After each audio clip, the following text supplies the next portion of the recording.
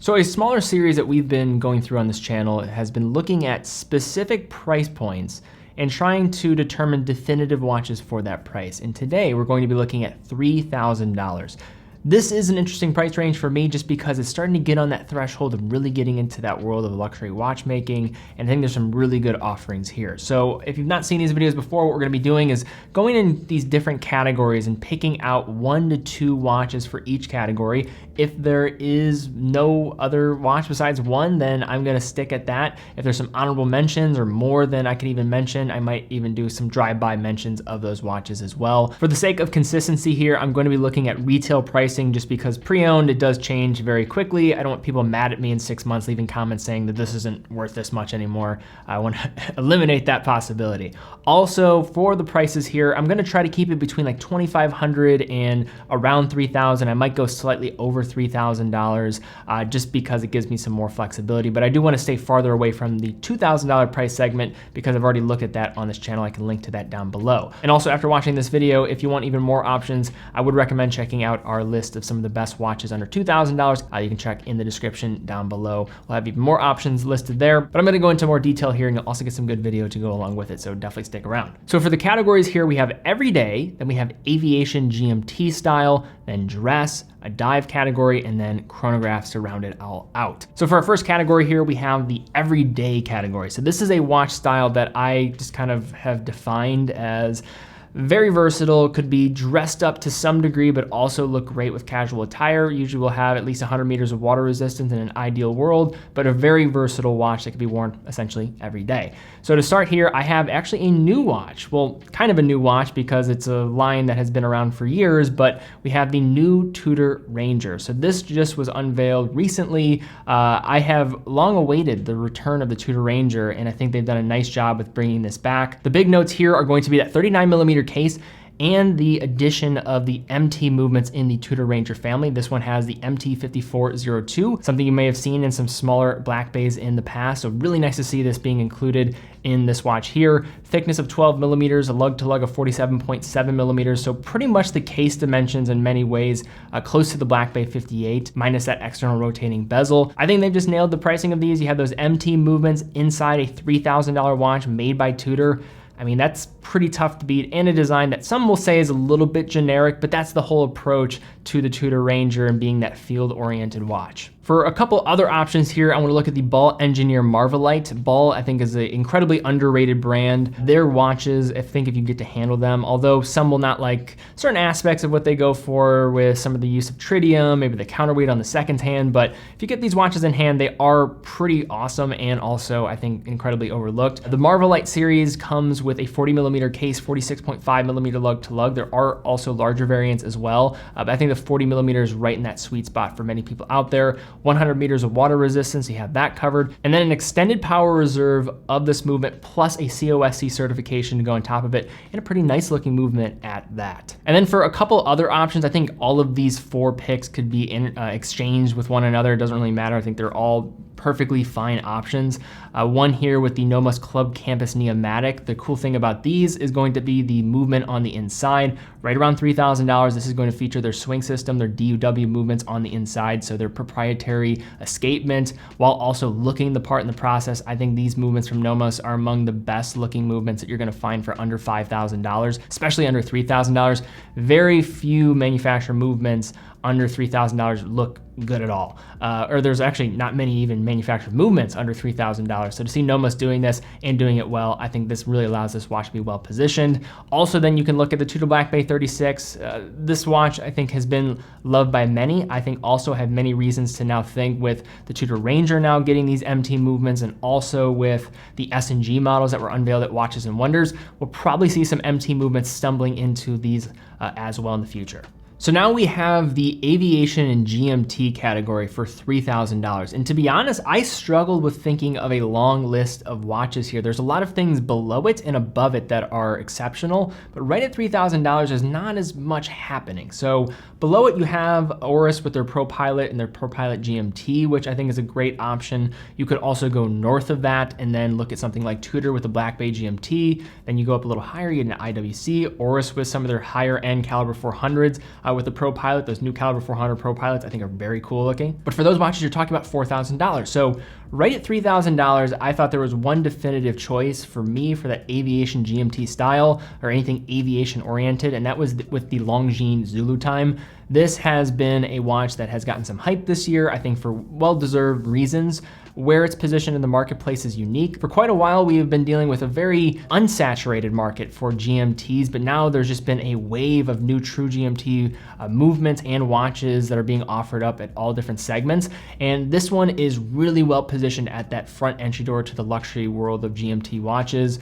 $3,000, 42 millimeter case, but it's going to work closer to a 41 to 41.5 millimeter case when you factor in the lug to lug, which they have changed the end link on these, which will allow these to wear a little bit more compact on the wrist. 100 meters of water resistance, also getting a true GMT movement on the inside. This is the ETA 31.L411. Isolated movement of that local hour hand while still getting a nice extended power reserve of over 70 hours, so a lot to like there. And then 3 different variations. You have the blacked out version, you have the blue, and then this green bezel version, which surprisingly seems that people are really liking out of the gate. So now moving right along to the dress category, we have first Baume & Mercier with the Clifton Balmatic. So this watch is one of the watches that, when I think of Baume & Mercier, I think this is probably still my favorite watch that they make, and it's very well positioned at $3,000 for, I think, one main reason, that's going to be the movement. So inside this watch, you have the Balmatic movement. This is the BM13 1975A. So this is a COSC certified movement,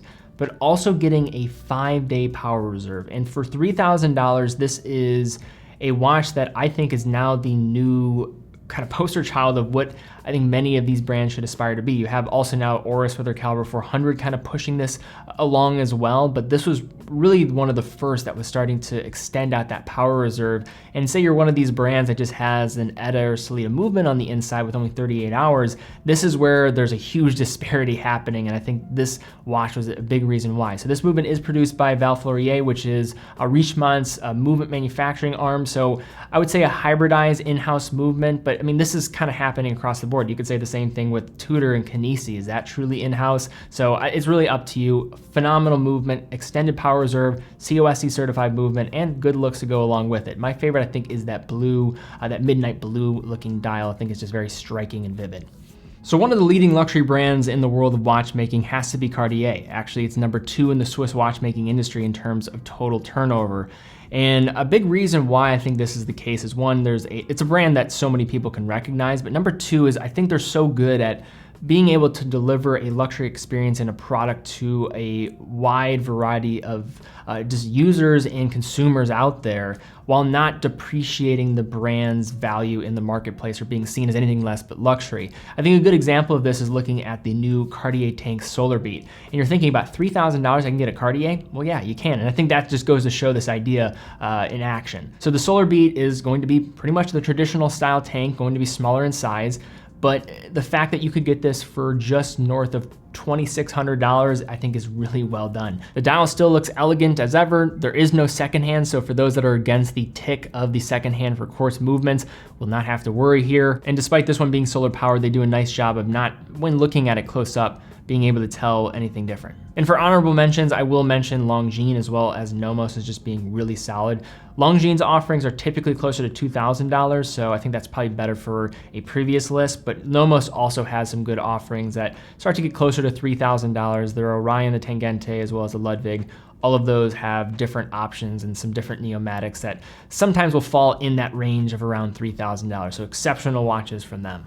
So now the dive category, and I'll be honest, the dive category for $3,000 it's good, but it's also, you can tell, very similar to like that aviation style where there's a lot above and a lot below. So it just depends on what you like. Now I have about 3 to 4 here that I'll just kind of go through. I think one is Tag Heuer. You can look at the Aqua Racer Professional. So these are watches that have been getting a little bit more buzz this year. And I've liked the previous Aqua Racer models. I think they do look nice. I think the one challenge for them is just how they measure up to some of the competition.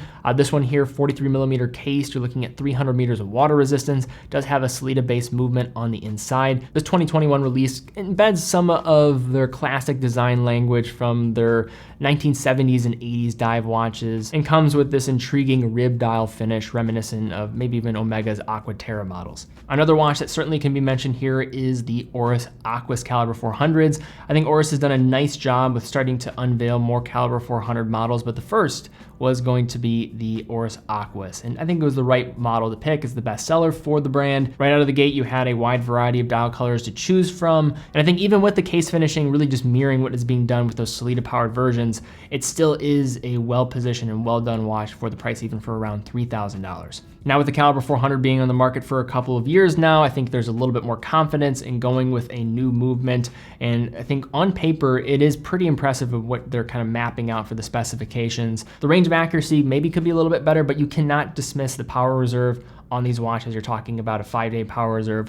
Really good, very similar to what I was mentioning earlier with that Baume & Mercier. And then if you want to go for some different exotic materials, you could also look at the Legend Diver Bronze. Legend Diver, I would say, is right in the middle of $2,000 to $3,000 when you get it on the bracelet. If you go for the bronze option, this is going to get closer to that $3,000 segment, but one of the cooler offerings for a bronze dive watch, and also coming in that format of a compressor style case. And then for something even more out there for material, you can also look at Rado with their high-tech ceramic. They have a wide variety of cases and styles now for these, but these are going to be larger. But to get a full ceramic watch and bracelet is by far the best value that you're going to find for a fully ceramic case watch. And then one other option that I'll mention as well for the dive category is going to be the Sinn U50. I like this watch.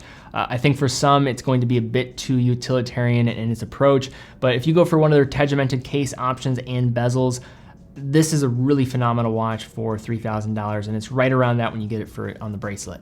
And now for our last category, we have chronographs. And to start us off here, we have the Sinn EZM 13. So this is a watch that's going to follow the typical Sinn format of being overly manufactured. 41mm case, thickness is going to be on the thicker side. You do have a value-based movement, the 7750, that is going to have some modifications to it, which I'll mention in a moment. 47mm lug to lug, so a little bit more compact on the wrist than you might think. 500 meters of water resistance.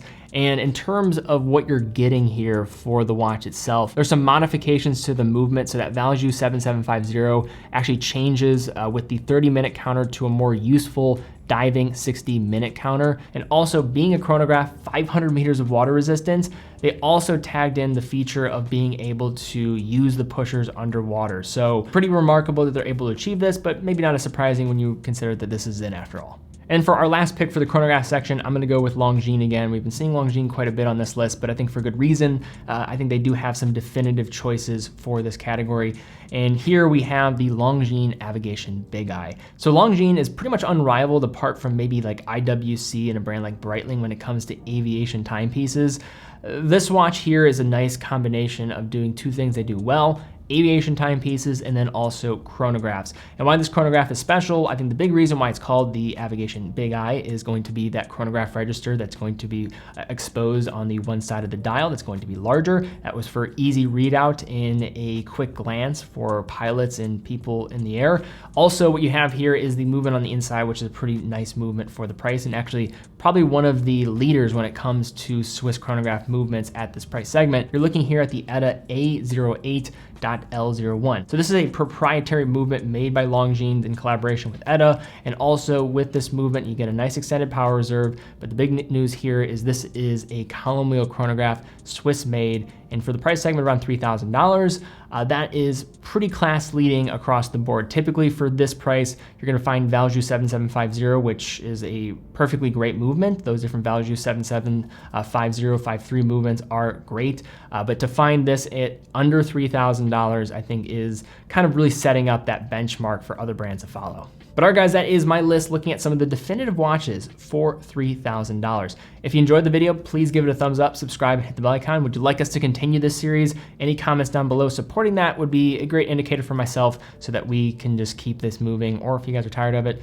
you let me know about that too. Also, definitely check out TeddyBaldassarre.com, full authorized dealer of 30 brands, quick and fast fulfillment, dedicated customer support, and a full factory warranty for all the products that we offer. We have a great selection of watches on the site for $3,000 and under that I definitely recommend checking out even ones that we haven't mentioned before, and I can actually link to some of those down below. But all right, guys, thank you again so much for watching. Be well, and I will see you all very soon.